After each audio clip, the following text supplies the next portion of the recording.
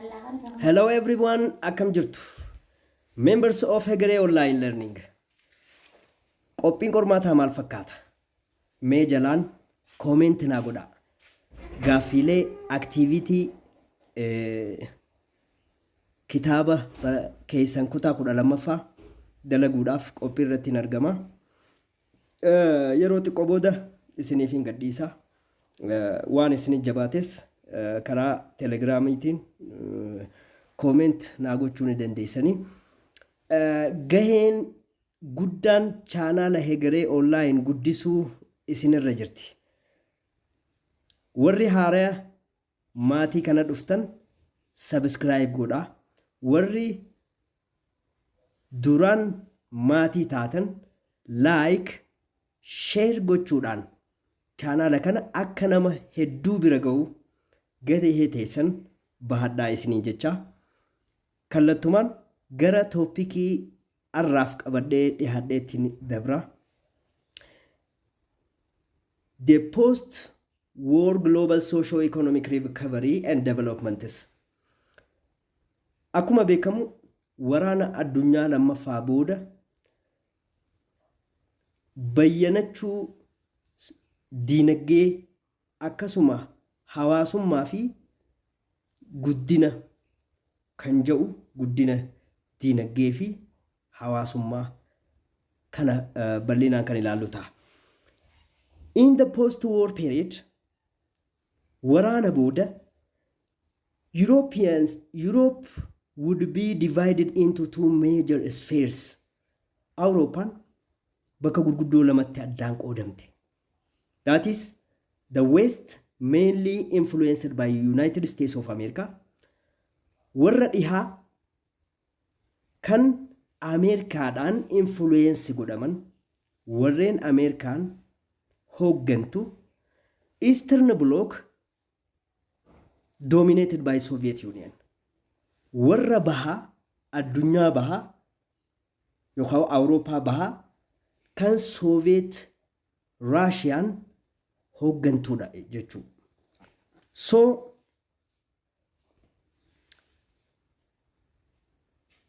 Western Europe was composed by all the countries liberated by Western allies, United States of America, Canada, UK, Britain and etc.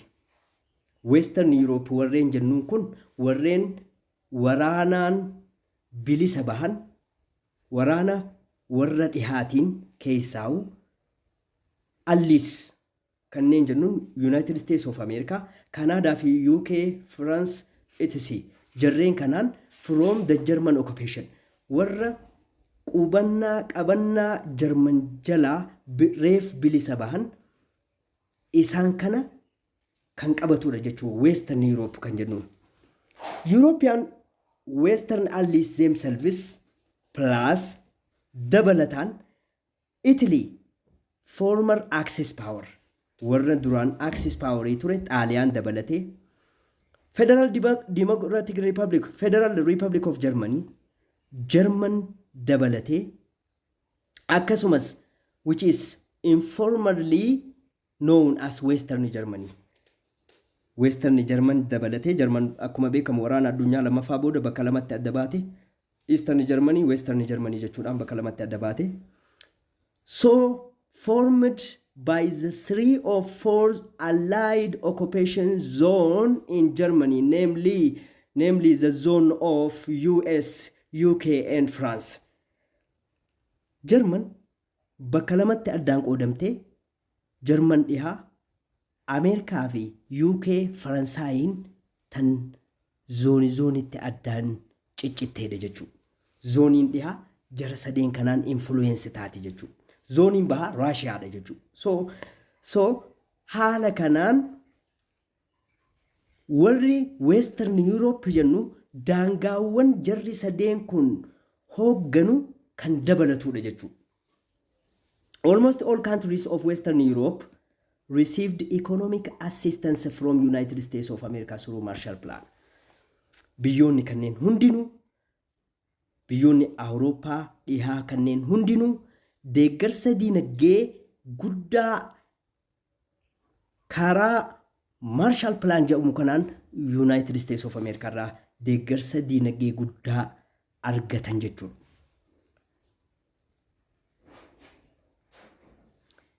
Let us see the economic recovery of Western European countries. Bayyanachuu diinagdee Awurooppaa keessatti maal fakkaata? The economic recovery of Western European nations after the end of the Second World War, dhuma waraana addunyaa lammaffaa booda diinagdeen Awurooppaa dhihaa was at the first very slowly baay'ee dadhabaa ture yookaan harkifataa ture.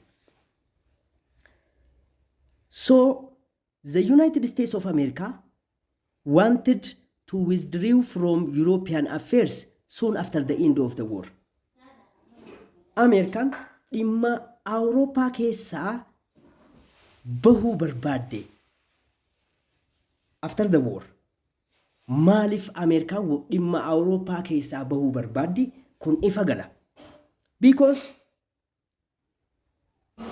American neutrality barbaaddi dhimma addunyaa keessatti, international issue keessatti.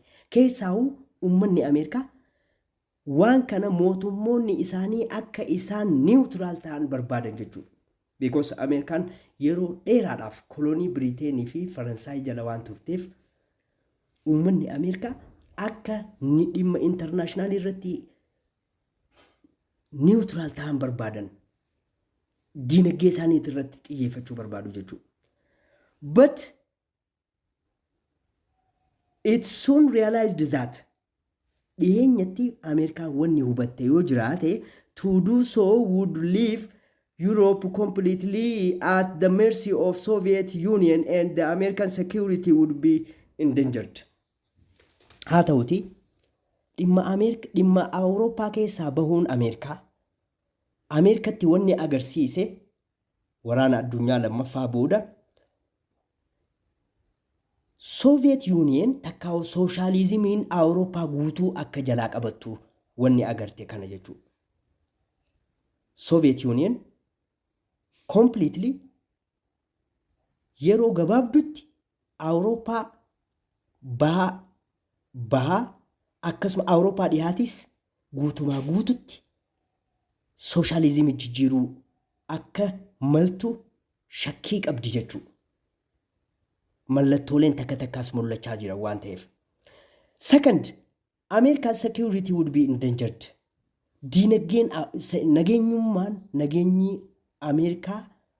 Nageenyi Ameerikaa balaarra bu'a. Sababninis Ameerikaan diinagdee guddaa Awurooppaa keessaa sossoofti waan ta'eef diinagdeen isii Awurooppaa keessaa qabdu balaarra bu'a waan ta'eef. Kanaaf dhimma Awurooppaarraa addaan bahuun, dhimma Awurooppaa dhiisuun, neutral ta'uun Ameerikaa hin baasu waan ta'eef jechuudha. As a result, the United States entered into active participation of European affairs. Sababoota lameen armaan olitti himne kanaaf Ameerikaan dhimma Awurooppaa keessatti si'aa'inaan hirmaachuun dirqama itti ta'e jechuudha. This policy in turn led to the rivalry within the Soviet Union for influence.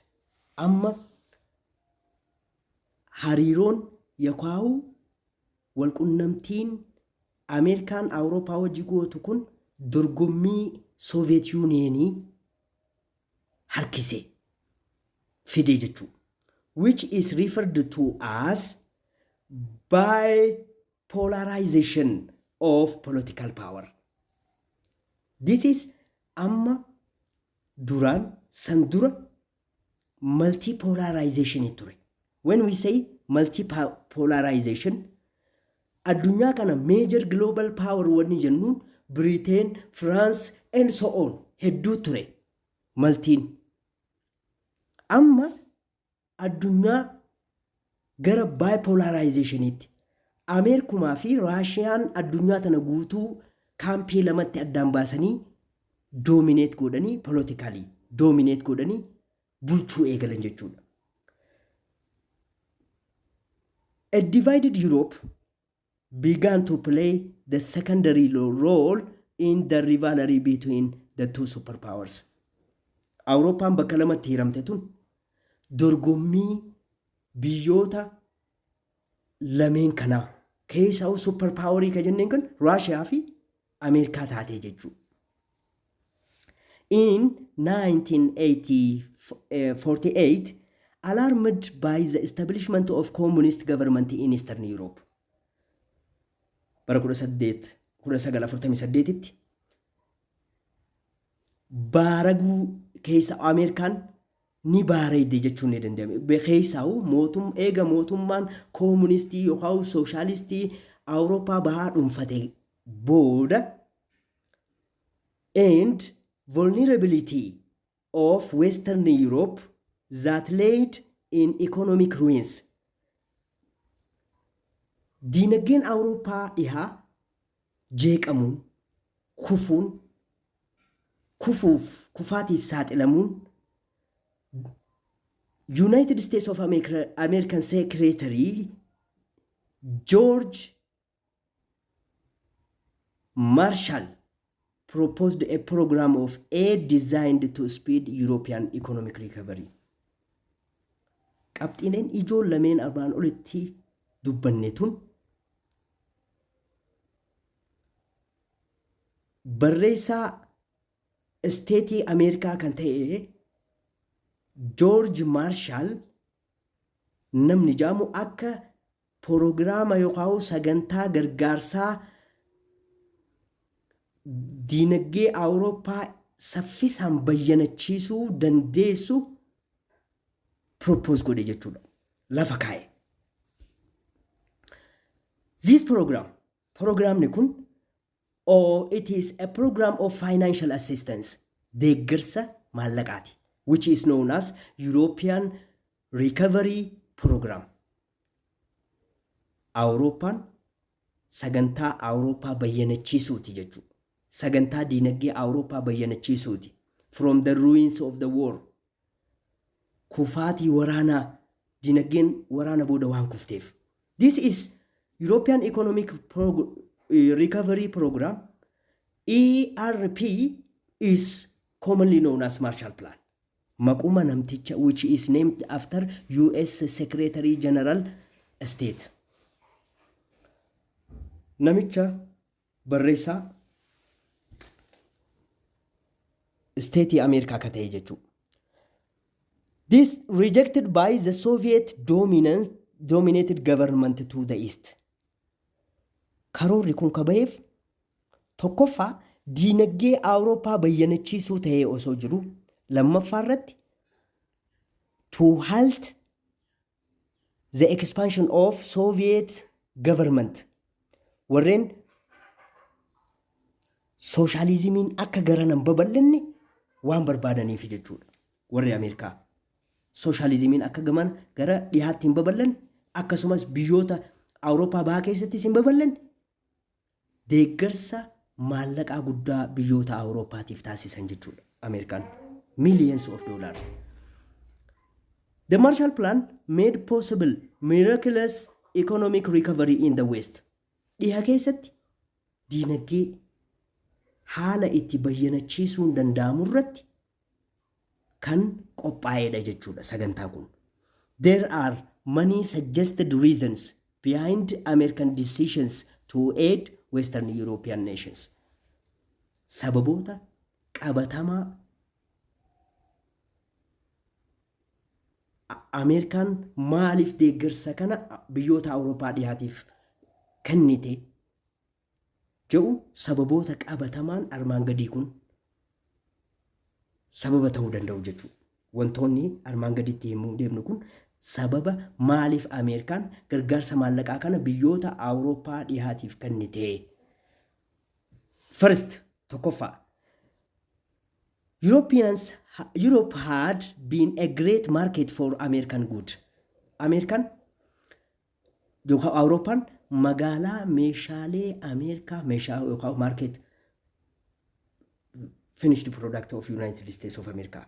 Oomishoonni Ameerikaa magaalaa isaanii eessatti gurguraman? Awurooppaatti gurguraman. Kanaafuu magaalaa isaaniiti waan ta'aniif deeggaran.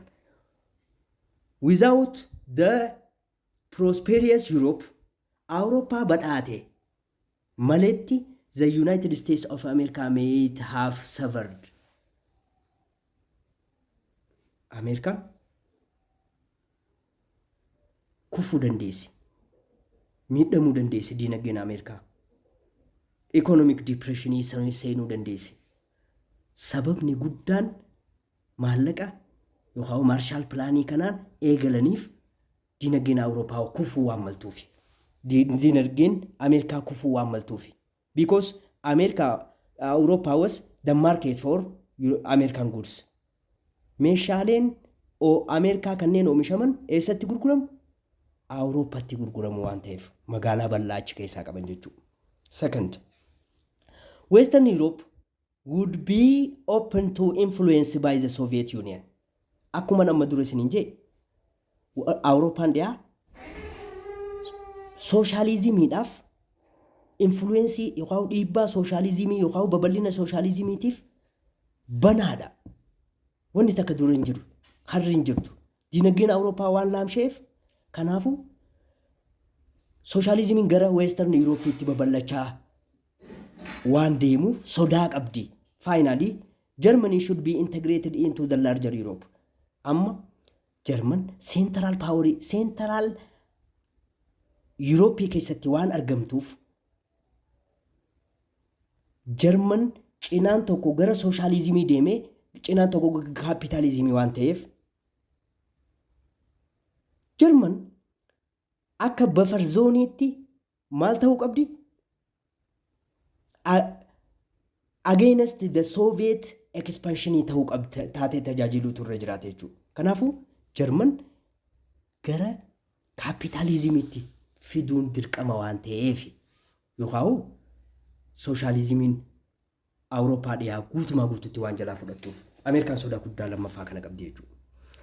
On April 3, 1948, the law providing for European Recovery Program ERP yookaan Marshall Plan ka jenneen kun jechuudha. Seerri isaa kan bahe bara kanatti jechuudha. Was signed by President Truman. President Trumaaniin, President Ameerikaatiin kan mallattaa'e jechuudha. European countries which participated in this program, biyyoonni Awurooppaa sagantaa kana keessatti hirmaatan, established a permanent organization dhaabbataa tokko, Organization for European Economic Cooperation OEEC organization jedhamu dhaaban. Organization for European Economic Cooperation. Warri Awurooppaa wal ijaaramee diinagdeedhaan wal deeggaruu qabna yaada jedhuun OEEC kana dhaabbatan jechuudha. Its headquarter was in Paris. Paris bakka teessuma isaaniiti jechuudha. Teessuma OEEC ti jechuudha. The largest amount of money went to Britain, France, Italy, Western Germany. Maallaqni guddaan Ameerikaan baafte kun harki irra guddaan gara Britain, Faransaay, Xaaliyaanii fi Western Germany baay'inaan hirame. In order that the US Congress granted more than 13 billion US dollar in aid. Gargaarsa kana keessatti Ameerikaan doolaara biliyoona 13 biyyoota Awurooppaa kanneeniif kennite jechuudha. As Cold War tension arose in 1949, akkuma waraanni qabbanaa tensioniin waraana qabbanaa yookaan waraana qabbanaawaa bara 1949tti ka'etti, the fund increased went into military expenditure rather than industrial rebuilding. Yeroo waraanni qabbanaa Cold Wariin ka'u maallaqni kun hammi isaatis baay'ee dabale. Maal keessatti? In meeshaalee waraanaa keessatti yookaan meeshaalee waraanaa gurguddaan bitamanii gara eessaatti deeman Ameerikaa irraa fudhamanii gara biyyoota Awurooppaa kanatti geeffaman jechuudha.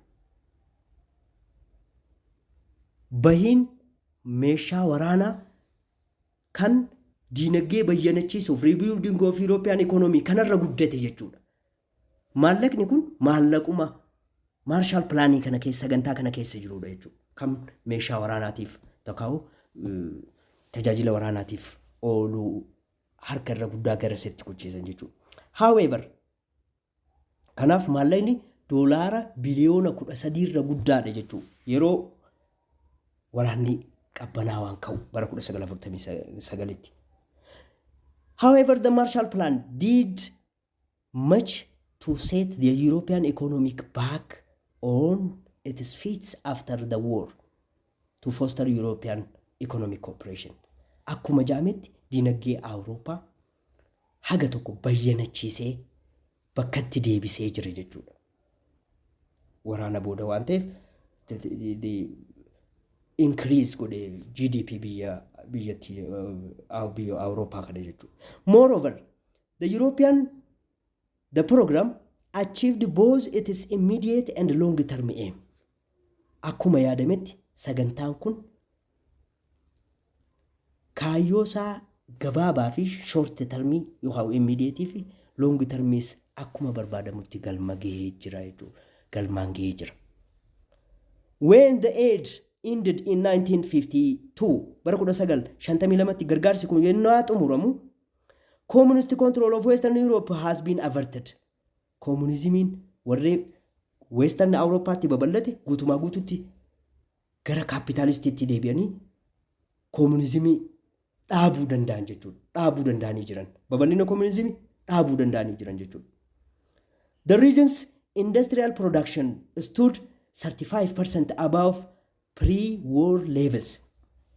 Oomishni warshaa Awurooppaa keessatti parsantii 35 ka waraana duraatiin waraana dura ka ture irra parsantii 35 dabale oomishni warshaalee. Western Germany became independent. German dhihaa independent taate biyya taate. Rearming deebitee hidhachuu waraanaan as well economically booming dinagdeenis saffisaan dabaluu itti fufte. The Marshall Plan also increased the cooperation of European states. Sagantaan Marshall Planiin kun walitti hidhamiinsa dinagdee Awurooppaa baay'ee kan dabaleedha. Keessaawu isaan jidduutti walitti hidhamiinsa dinagdee economic cooperation isaanii baay'ee dabale. When we came to Western Europe, Eastern Europe, gara Eastern Europe yoo dhufnu during the Second World War, Eastern European countries either fell under Nazi occupation or allied themselves with Nazi regimes. Waraana addunyaa lammaffaa booda Awurooppaan bahaa guutumaa guututti eenyu jala jiran? Nazi German jala kufanii jiran. Towards the end of the war, xumura waraanaatti Soviet troops occupied all Soviet Union guutumaa guututti Awurooppaa bahaa dhuunfattee turte. But Yugoslavia and Albania eenyu malee Yugoslavia fi Albania freeing themselves from the German control. Biyyoota lameen kanaatu qabsaawee Nazi German jalaa bilisa bahee jechuudha. Biyyoota lameen kana malee Awurooppaan bahaa guutumaa guututti daangaa Nazi Germanii jalatti kufanii jiran jechuudha. Yookaan Nazi Germanii mohamanii jiran. Soon after the end of the war, akkuma waraanni addunyaa xumurameen, Stalin imposed the communist government in the Soviet occupied countries of Poland, Hungary, Bulgaria, Romania, and Czechoslovakia. Joseph Stalin, president in Russia, sirna diinagdee yookaan sirna mootummaa koomunizimii biyyoota Soviet hin qabaman kanneen akka Poolaand, Hangaarii, Bulgaariyaa, Roomaaniyaa fi Chekoslovaakiyaa keessatti akka hojiirra oolan dirqama dabarsee jechuudha.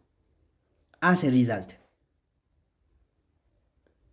the British Prime Minister Winston Churchill, ጠቅላይ ሚኒስትሪን ተካው Prime Minister in England Winston Churchill said in 1946 bara 1946 in Iron Curtain has descended across the continent. Hidhannoo teessan jabeeffadhaa jeeti Iron Curtain kana baase namichi kun. Separating Eastern and Western Europe. Addaan Awurooppaa bahaatii fi dhihaatti addaan qooduudhaan keessaa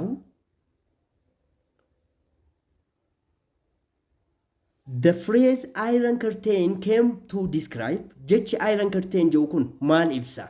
A policy of isolation, lagachuu, eenyu lagatan, that prevented travel, sochii lagatan, communicationii lagatan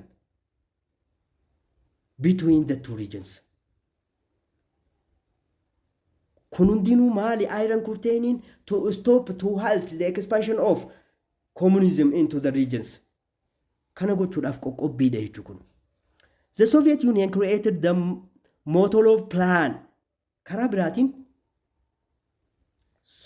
Soviet Union, Russia, Falla Marshall Planitin Molotov Plan, named after Soviet foreign ministers of Molotov. Namicha ja'amu booda moggaafamte in 1947 bara 1947 to provide aid to rebuild the countries in Eastern Europe. Biyyoota Awurooppaa bahaa keessatti argaman diinagdeen bayyanachiisuuf, haareetti ijaaruuf, deebi'ee ijaaruuf maallaqa guddaa, deeggarsa guddaa kan nu eegalan jechuudha. Maaliin ijaaran? They were politically, economically aligned with the Soviet Union. Soviet Union wajjin karaa siyaasaatii fi karaa diinagdeetiin hidhannaan isaanii akka cimuuf isaanis faallaa Marshall Planitiin Molotov Plan yaada jedhu baafatan jechuudha bara 1949. This plan was the Soviet Union's versions of Marshall Plan. Faallaa isaati jechuudha. The Molotov Plan was a system of bilateral trade agreement. Walii wajjin daldalu, lama tahanii daldalu. That is also established the Council of Mutual Economic Assistance, COMECON, yookaan or CMEA. Yaadama jedhuun isaanis akkuma European Economic Commission kajenneen san EEC kajenneen sanitti faallaa kanaatiin diinagdee Awurooppaa bahaa bayyanachiisuuf wal gargaarsa diinagdee kana ijaarratan jechuudha. In January 1949. To create economic alliance of socialist country. Kun diinagdee biyyoota socialistii ta'an walitti hidhuudhaaf jechuudha. Kan kaayeffameef. The original members were biyyoonni miseensa founding member ta'an Bulgaria, Czechoslovakia, Hungary, Poland, Romania, Soviet Union, later Albania, Eastern Germany, German baha, Albania, itti dabali, Republic of Mongolia, Cuba, Vietnam, Yugoslavia, Angola, Ethiopia. Ethiopian akka observer statasitti hirmaatte malee miseensa miti. Akka observeriitti hirmaattee jirti. So biyyoonni kun miseensa COMECON jechuudha. Founding members COMECON jarri kun guutuma guututti socialistiidha jechuudha. Socialistiidha. In 1973 Finland was the first non-communist country. Biyyoota communistiin ta'in bara 1973 ta'e hirmaatte Finland. Communistii miti, kapitalistii taate COMECON kana join ka goote bara 1973 Finland kana qabachuutu sanirra jiraata. Qormaata irrallee dhufuu mana adda waan ta'eef jechuudha. To sign a cooperation of agreement with COMECON. walitti hidhannaa diinagdee kan cimsuudhaaf Finland bara 1973tti waliigaltee isaanii wajjin mallatteessite jechuudha deebitee. The other topic is classifying countries into third world and the north, south, and division. Division after the especially division in our adunya kun adunya developing country, developed country, first world country, second world country, third world country. Backward country mal ka jennee moggaafnu kun waraana addunyaa waraana qabbanaawaa booda ka dhufeedha jechuudha. Division kana maaliif itti fayyadaman?